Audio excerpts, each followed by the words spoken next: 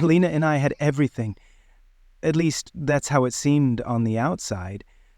We were both in our late 20s, living in a city that never slept, surrounded by the hustle of new opportunities and old dreams. Our apartment was on the 12th floor of a high-rise, overlooking the river. A perfect view, the perfect life. I had a stable job in finance, and Lena worked as an interior designer, something she loved, something she was good at. We were young, successful, and in love. At least, I thought we were. Our relationship wasn't perfect, of course. No relationship is. We had our little arguments, our disagreements over trivial things, the usual. But those things never seemed to matter. Every night, we would come home to each other, share dinner, talk about our day, laugh at silly things. It felt normal, comfortable, stable. And then one day, everything changed. It started out innocently enough. Lena met him at a design convention in the city. She was always so social, always meeting new people. She would come home and tell me about the interesting designers, clients, or people she had met that day. But this time, her tone was different. "His name is Mark," she said, casually one evening.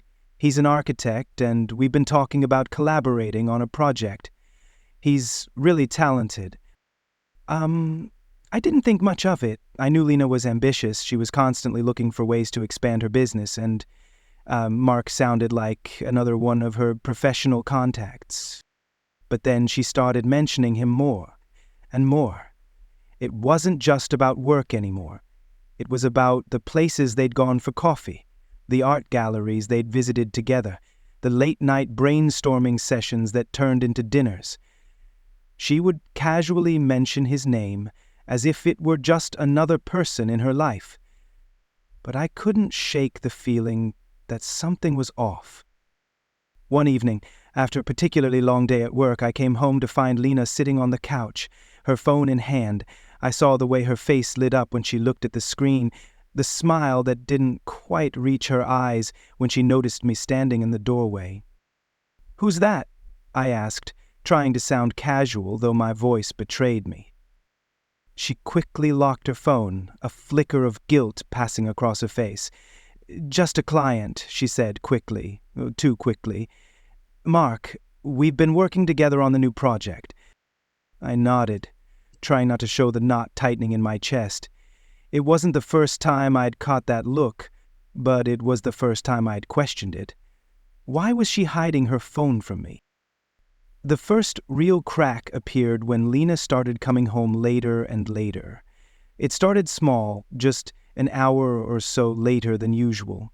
"I lost track of time at work," she'd say, or "Mark and I were discussing some new ideas. I lost track of time."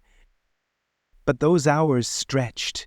2, 3, sometimes 4 hours later.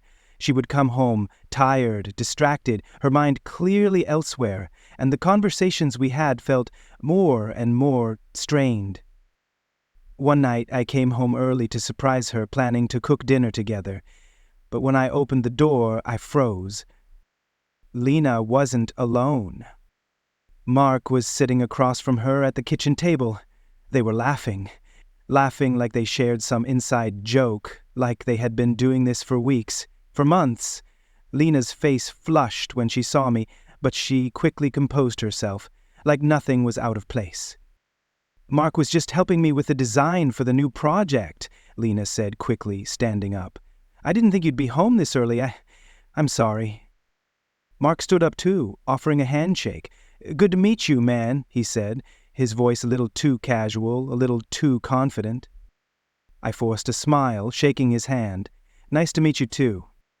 But something in his gaze, something in the way he looked at Lena, something I couldn't put into words, sent a chill through me. It was a look I knew all too well, a look that meant more than business partners. It was the same look I had seen in my own eyes when I was in the early stages of a relationship. That eager, hungry look of desire, And for the first time in a long time, doubt began to creep into my mind. Things didn't improve. In fact, they got worse. Lena and Mark's business meetings became more frequent. She would go to late dinners with him, leave me at home with excuses that I couldn't challenge. She was always busy, always working on the project, always distracted. One evening, I decided to follow her. I know it sounds drastic, but something inside me told me that I needed to know the truth. I couldn't keep pretending everything was fine when I felt the distance growing between us. So I followed her. I parked my car a few blocks down from the restaurant where she was supposed to meet Mark. I didn't want her to see me, so I stayed hidden, watching. My heart was racing as I saw her arrive. But then I noticed something that made my blood run cold. Mark wasn't the only one there. Lena was laughing, her hand on his arm, and there was a man sitting beside them, someone I didn't recognize, someone who had his hand on her shoulder, who leaned in too close, who spoke to her with a tone I couldn't quite hear but could see, and then they kissed. I felt like the ground had been ripped out from under me. It was too much. I didn't know what to do with the flood of emotions that hit me. Betrayal, anger, confusion. I couldn't think clearly. I left without confronting her, without saying a word. I had seen enough. The truth was staring me in the face. I couldn't wait any longer. The next day I confronted her. We were sitting at the kitchen table, the same place where Mark had been sitting just a few nights ago. I looked at Lena, but for the first time in a long time, I didn't recognize her. "Lena, who is he?" I asked, quietly, my voice trembling with a mix of anger and hurt. Lena's face went pale. She opened her mouth to speak, but no words came out. She knew what I meant. "Who is Mark?" I repeated. And who was that man you were with last night?" Her eyes flickered away, and for a moment she seemed lost in her thoughts. I didn't mean for it to happen," she whispered. "It just happened." You kissed him, Lena, and I've been sitting here, thinking everything was fine, thinking you were still in love with me." My chest tightened. "But you weren't. You haven't been for months." Lena was crying now, her hands shaking as she wiped her eyes.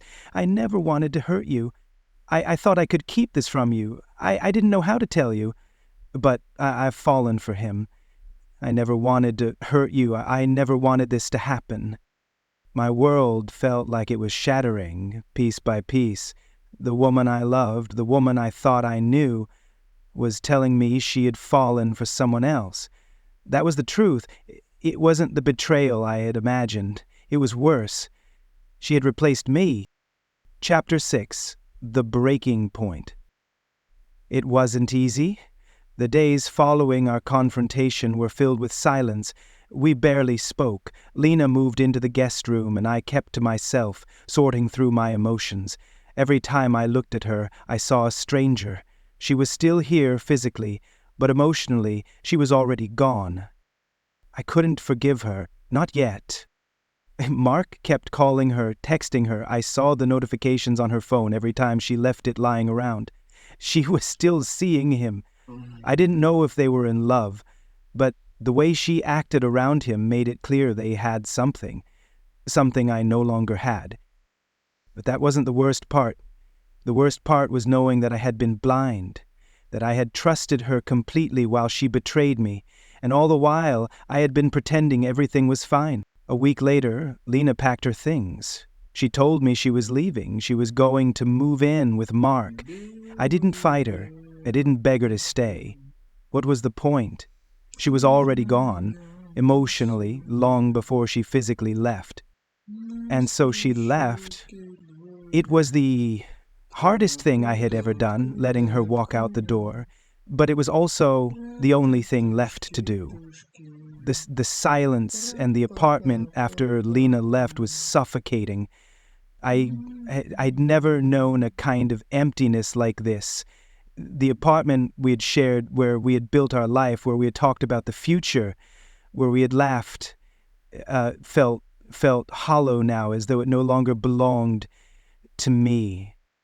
I spent the first few days in a haze. I couldn't concentrate on work. I couldn't bring myself to make meals. Every small thing in the apartment seemed like a reminder of everything I had lost.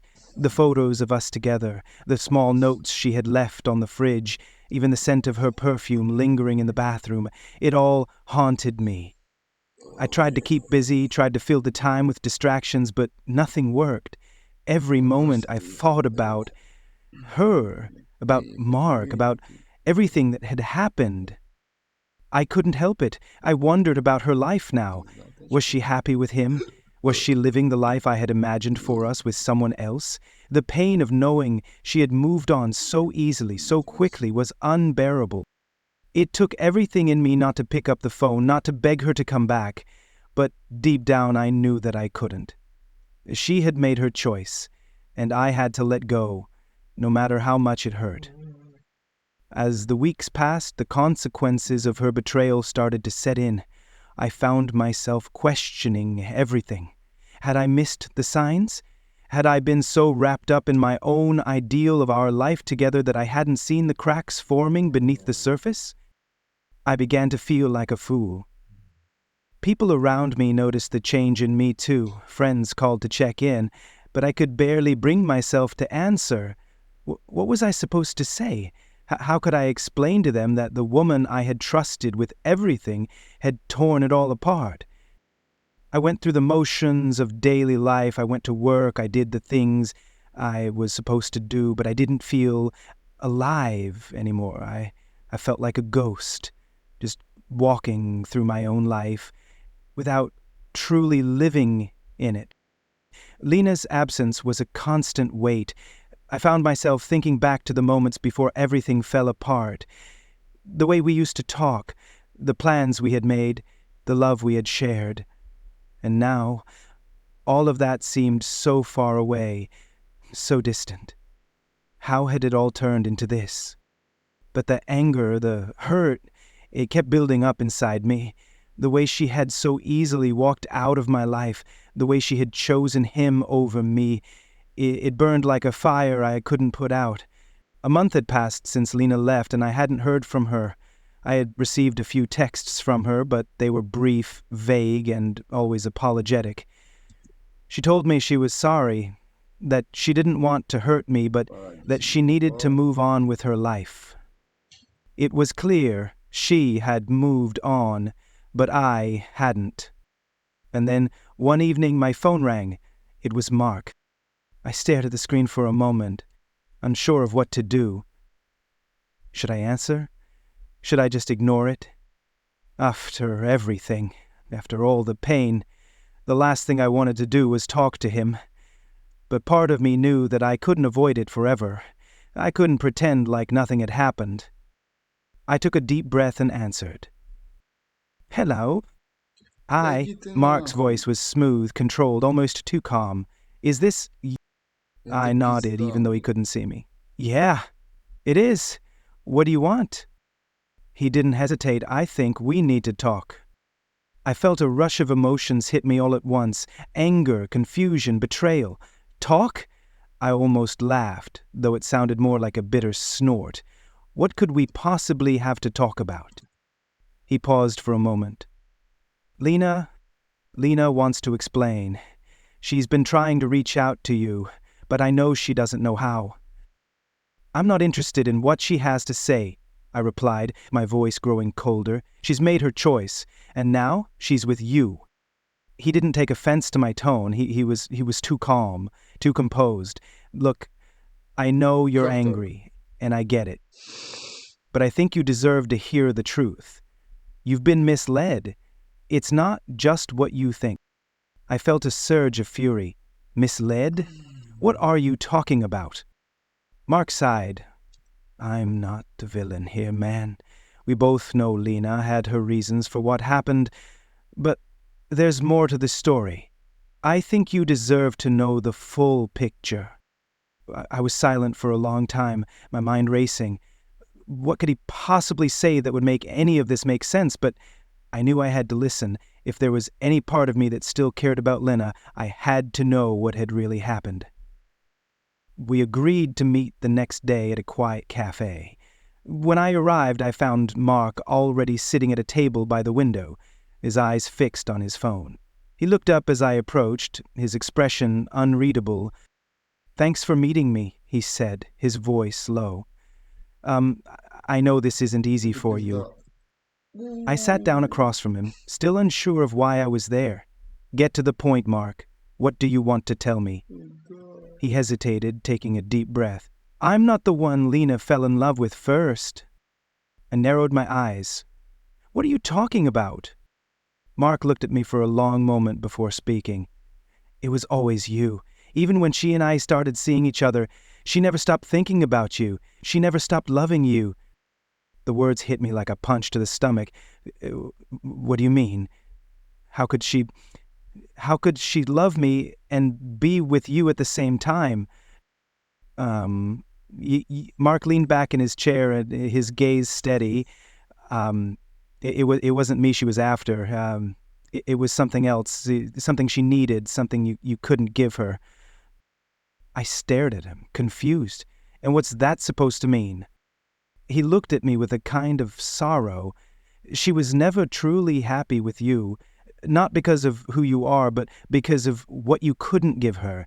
She wanted more than just a relationship. She needed something else, and she thought she could get it with me." I felt my heart drop into my stomach. You were just a rebound?" Mark shook his head. "No."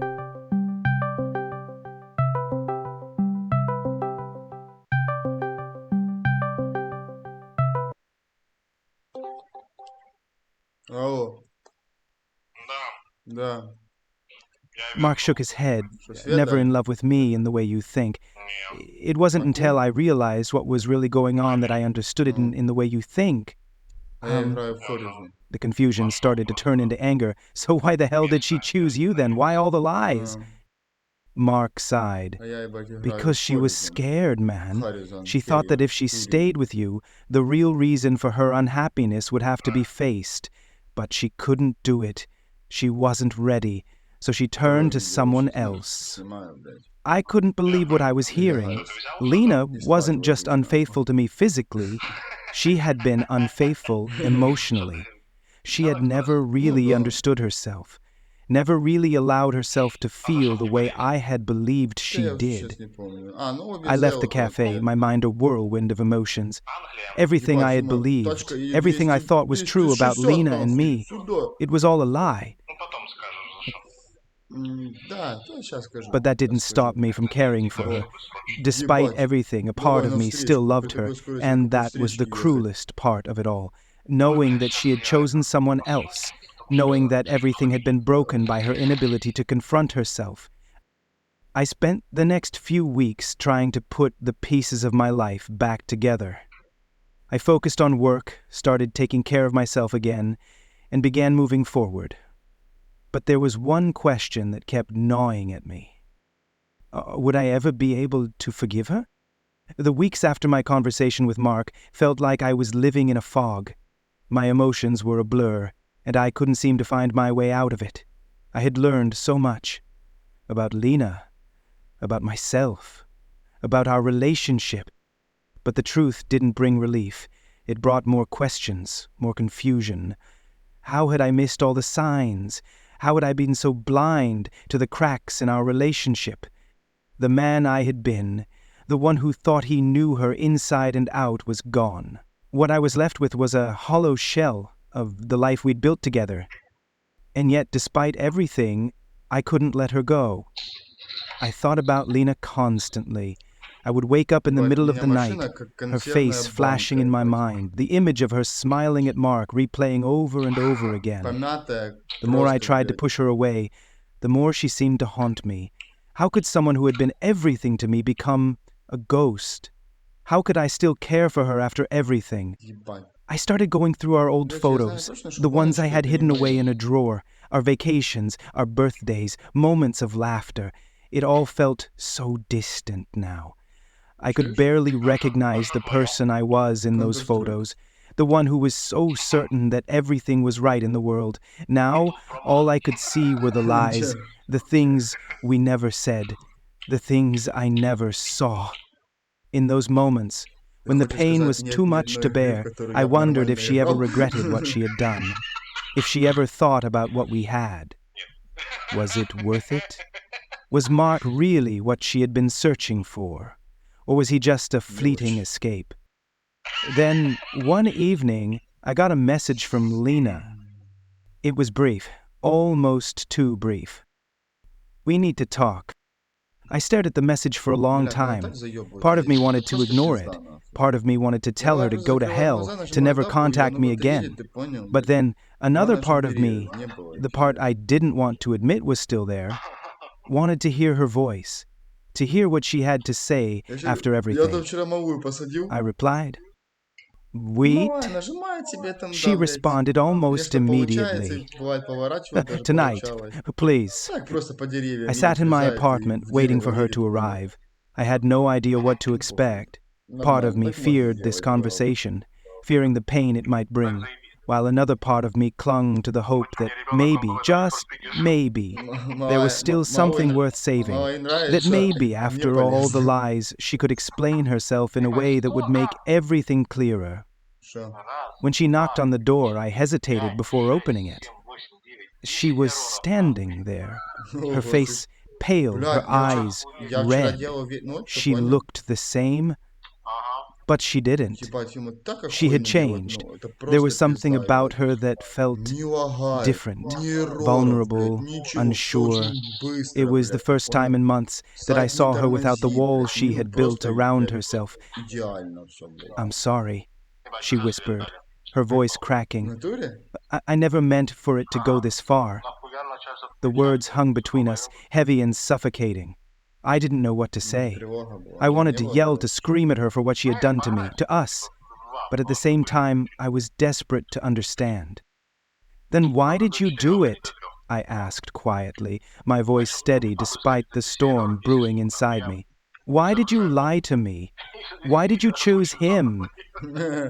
Lena looked down at the floor, the tears in her eyes shimmering as she tried to find the words. "I was lost," she said softly. "I thought I could pretend everything was okay. I didn't want to face the fact that I had been running away from my own feelings. I thought I could Давай. keep it all together, but I couldn't. I pushed you away because I was scared, scared that you would leave me if you knew the truth about how I felt." "How did you feel?" I asked, my heart racing. "What truth?" She finally looked up at me, her eyes filled with regret. "I loved you," she said, her voice shaking. "I really did. But there was always something missing, and when I met Mark, I didn't think it would happen. I didn't think I'd fall for him, but I did. And when I did, I couldn't go back to pretending anymore. I was torn between you both, and I didn't know what to do. So I ran." "You ran," I repeated, bitterness creeping into my voice. "You ran straight into his arms."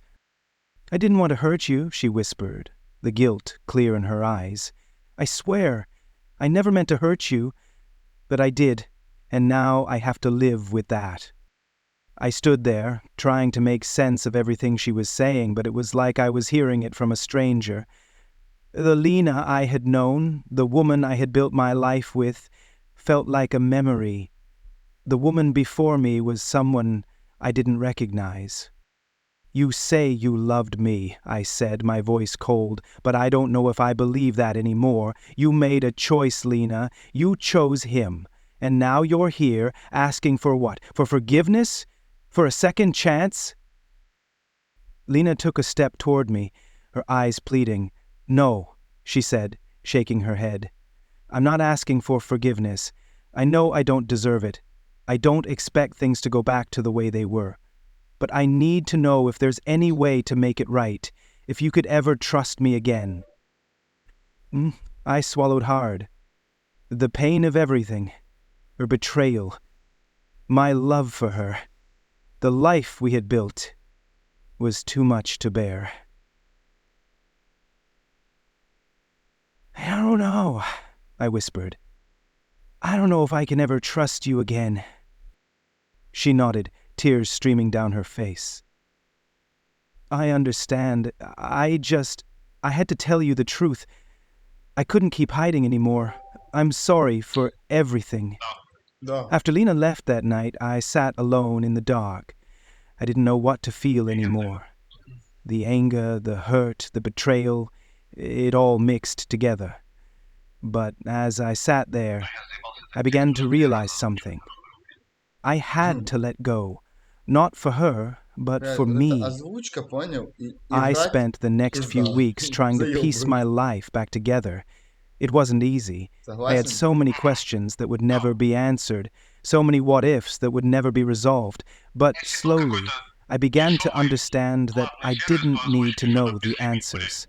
What mattered now was what I was going to do with my life moving forward. I focused on work, Ну да, spent more такой, time with блядь, пиздец, friends, and took up new hobbies I had Пыщи ты long выбирай. neglected. Slowly, I began to rediscover myself.